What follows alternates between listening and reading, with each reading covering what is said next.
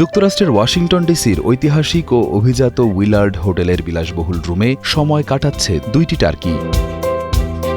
Thanksgiving উপলক্ষে white হাউসে president Donald ট্রাম্পের কাছ থেকে প্রেসিডেন্সিয়াল পার্ডন বা জীবন ভিক্ষা পাওয়ার অপেক্ষায় গবল ও ওয়ালড নামের দুটি টার্কি বিলাসবহুল এই হোটেলে দিন কাটাচ্ছে।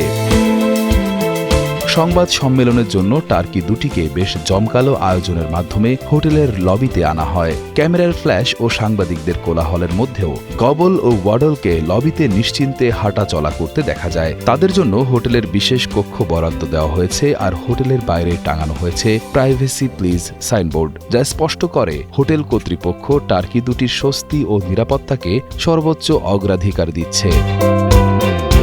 বাটারবলের প্রেসিডেন্ট ও সিইও জে জ্যান্ড্রেইন সংবাদ সম্মেলনে টার্কি দুটির নাম আনুষ্ঠানিকভাবে ঘোষণা করেন। ভাবছিলাম আজই প্রথমবারের মতো তাদের নাম ঘোষণা করব, কিন্তু আমরা ওয়াশিংটনে আছি, তাই তথ্য আগেই ফাঁস হয়ে যাওয়া খুব অবাক করার বিষয় নয়। তারপরও সবাইকে স্বাগত জানাই, গবল এবং ওয়াডল।